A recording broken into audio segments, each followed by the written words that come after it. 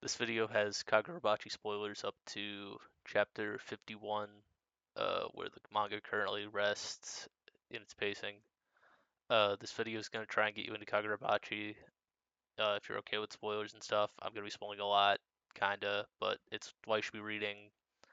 Anyway, let's proceed.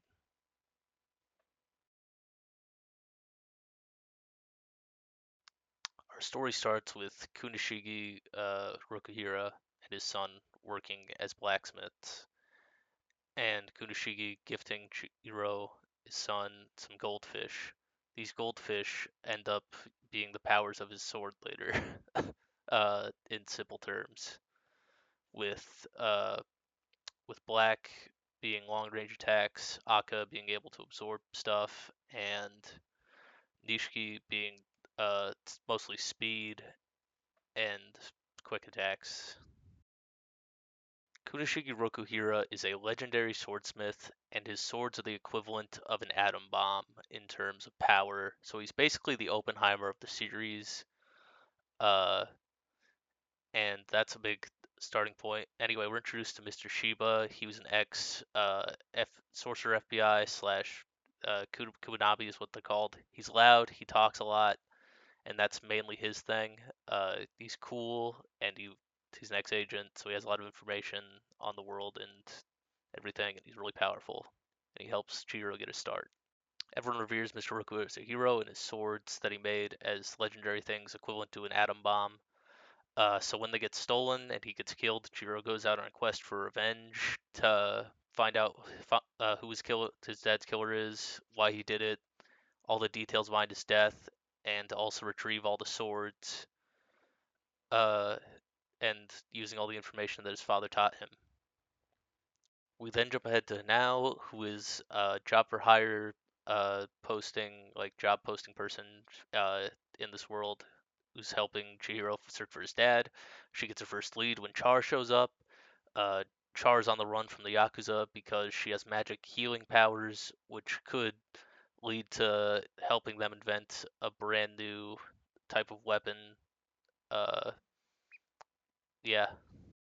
On this long chase, we're introduced to our first member of the Kaminabi. I forget what his name is, but he's cool and he shows up and he helps out. Uh, Basically, Char gets kidnapped. He's saved. We also get introduced to our first arc villain, Sojo, and Sojo's powers are elemental because he has the Cloud Gouger, one of the legendary 7 weapons. And the Cloud Gouger's abilities are Mei, Yui, and the other one, which is water that I don't remember. I'm just gonna show you a bit of the ending fight here because this is the coolest fucking thing ever, and they're fucking flipping around doing shit, and this whole battle takes like 12 seconds, and then meanwhile it cuts away to like them eating tea and like sweets and stuff, having like a metaphorical conversation in their mind as they fight, and a real and like an understanding that they both come to during the battle, and it ultimately ends with Sojo's defeat and his like whole tower crumbling and everything. It's really cool, and it's by far you should just read it yourself. It's so fucking good. Oh my god. But beat Sojo, the next arc picks up with Ayuki, one of the Kaminabi, after Chihiro because she found out that he exists because of the other Kaminabi that tried to fight Sojo, and she tries to take him on, but she's not prepared because uh, they make like a fake arena with one of her friends, and he his arena goes out because she ends up hitting Hakuri with a flame bone, which is her ability.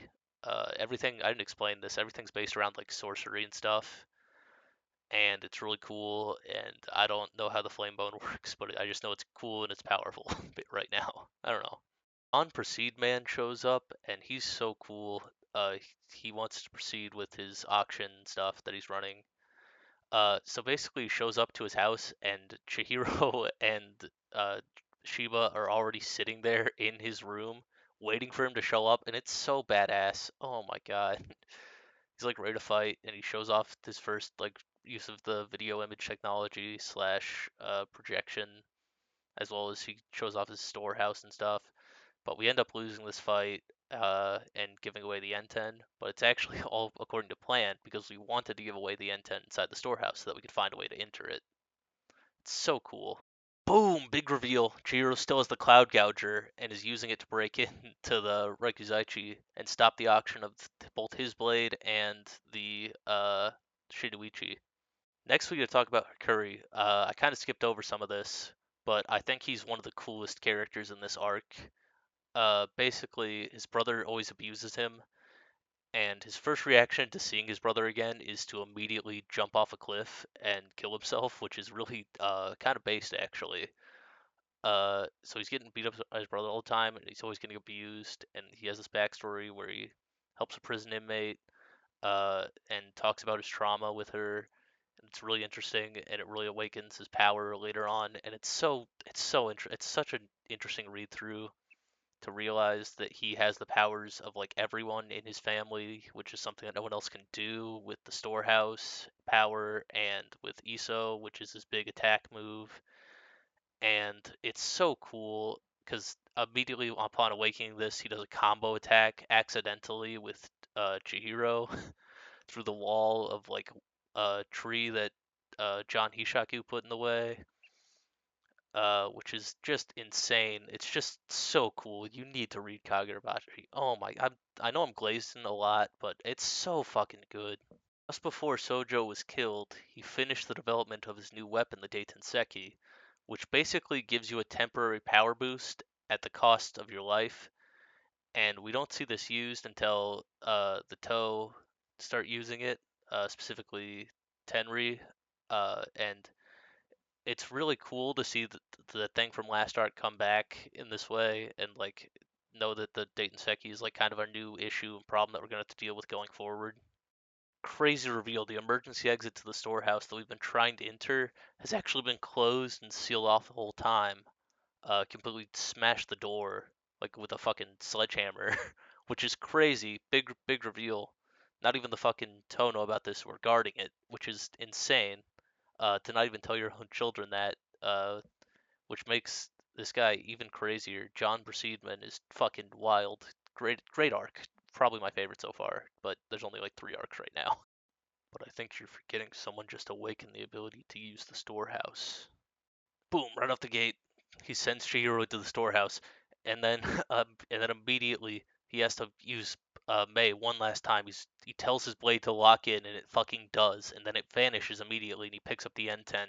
And then he immediately starts swinging at Sazanami, but Sazanami counters because he can control the storehouse ground. So then he throws grenades at him, and then it's like, oh shit! And then he's like, oh shit! I can tell anything that touches me can be teleported by fucking Hakuri. So then this huge fucking epic battle goes around where he starts using projection and all these other powers and fucking I love everything about this whole fight.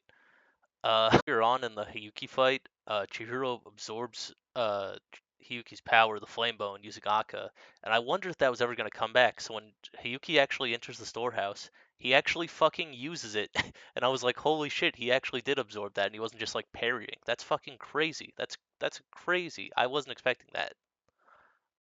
With his back against the wall and out of options, Mr. Proceedman decides to use the Shinoichi for his own gain.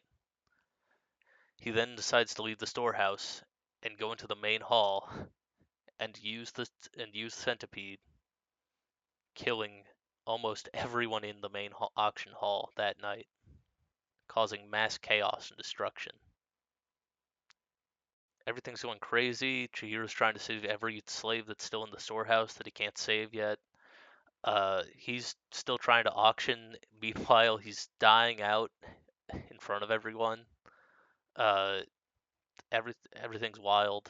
The whole storehouse is in panic, and it cuts away to his last fading memory of his family before the end, and back when everyone was happy, before all this Raikuzachi nonsense. And with that, the arc ends.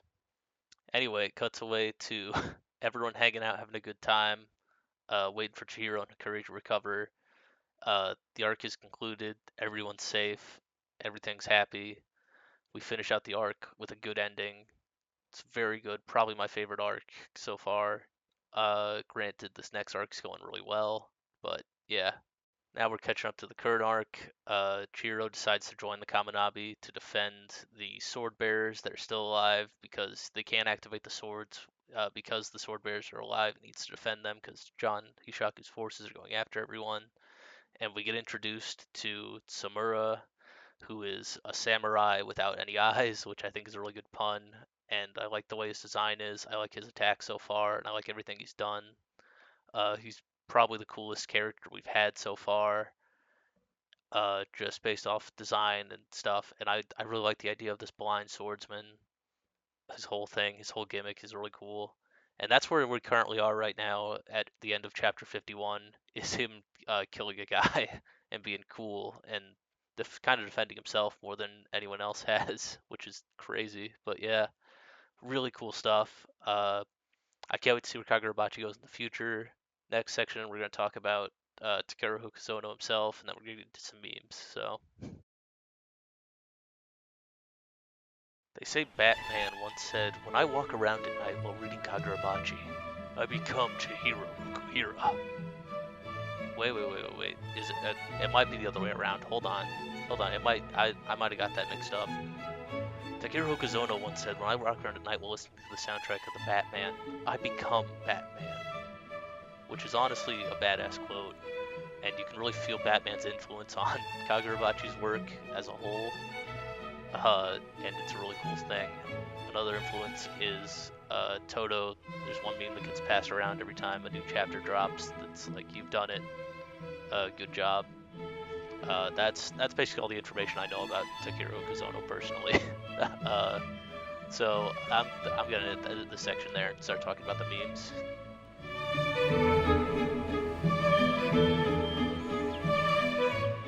Kagurabachi as a series first started as a meme, so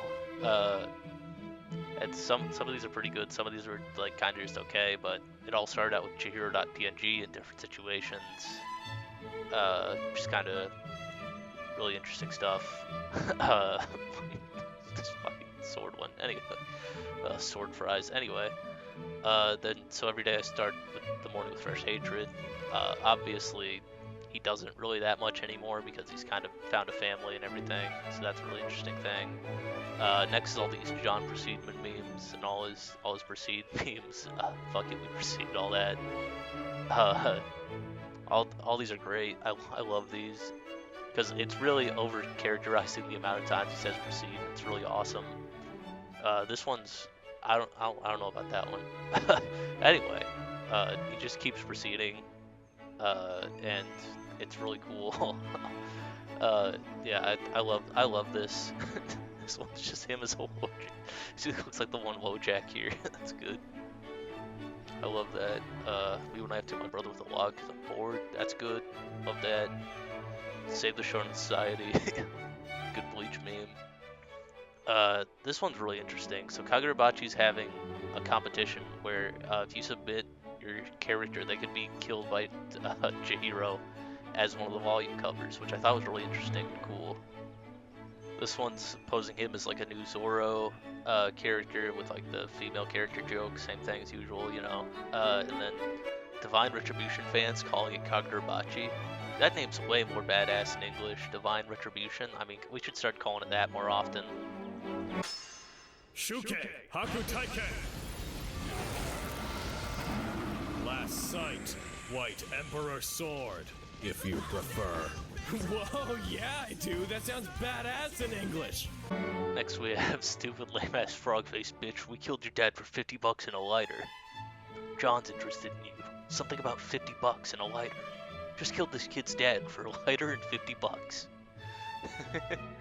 You get the joke.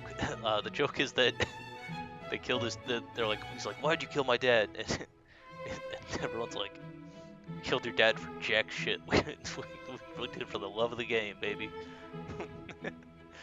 Killed your dad for a pat on the back and attaboy. I love these. These are my favorites. Killed your dad for nothing burgers and a handshake. We killed your dad for a handshake. The amount just keeps getting lower each time. Killed your dad because we were bored.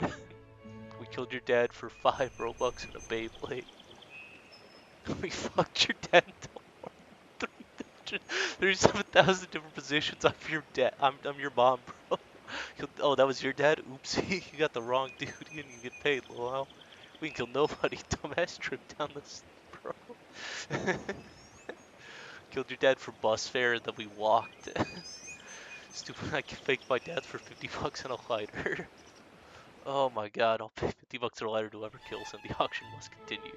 Oh shit, that was your dad. My bad, little bro. We killed your dad for an inside joke. You wouldn't get it. Matter of fact, we went into severe debt for the mission. We killed your dad for a booster pack, Lapras. We killed your dad for proceed. Dude, come on. We just killed your dad so that everyone could read Kagurabachi. We killed your dad for a ticket to the parkour palace. Oh, we starting to get to the parkour civilization edits. Yeah. We get a Chainsaw Man edit in here at some point. Coming up. Become my own dad for 50 bucks and a lighter. Killed your dad for a cig and then we quit. It's not uh your spiritual father jumper for the for the beef instead of the chicken. Oh my god, we brought your dad back to life. Fan inside is broken. Blah blah blah. 50 bucks and a lighter. We killed your dad over a 1 block jump, dude. Oh, we killed your dad for an autograph, but he was already dead. Sweet lame as frog bitch. We animated your manga for 2 cents in a paperclip. Another parkour civilization meme. Love that. And then we get all the gay memes. Kagurabachi's a fandom open to Fujoshi's, but these are some of the gayest moments we've had so far. The most sus gay moments, awesome. Chihiro's funny ass sus face. I love these memes. These are great. Just hilarious. Oh yeah. Video image. This is the last one. It's about the video image projection thing. Good stuff. I love all the Kagurabachi memes. They're all great.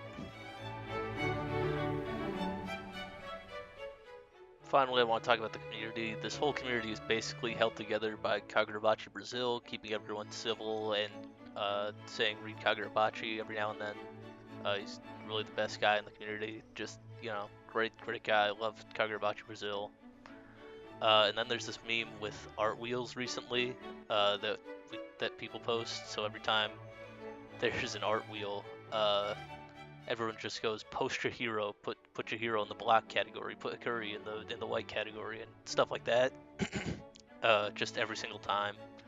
So, or at least the pose with a different character. It's a really good meme. I love it. I love the art wheel stuff.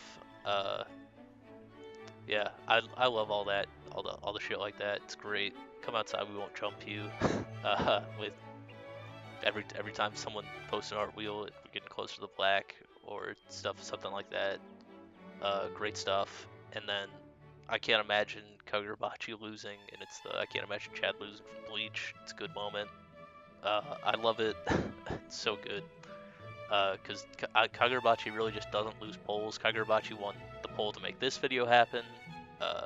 Great stuff. Anyway, happy 1 year anniversary of Kagurabachi. I'm like a few weeks off actually, and I'll have the actual date on screen at this point. But yeah, thank you for watching. Please read Kagurabachi. I love this series. I love this community. I love everything about it. Story, characters, aura, power scaling, the power system, world building, plot, character design, character depth. Everything in this series is great. And that's my Kagurabachi video. I hope you liked it. Subscribe. Yep. Have a good one.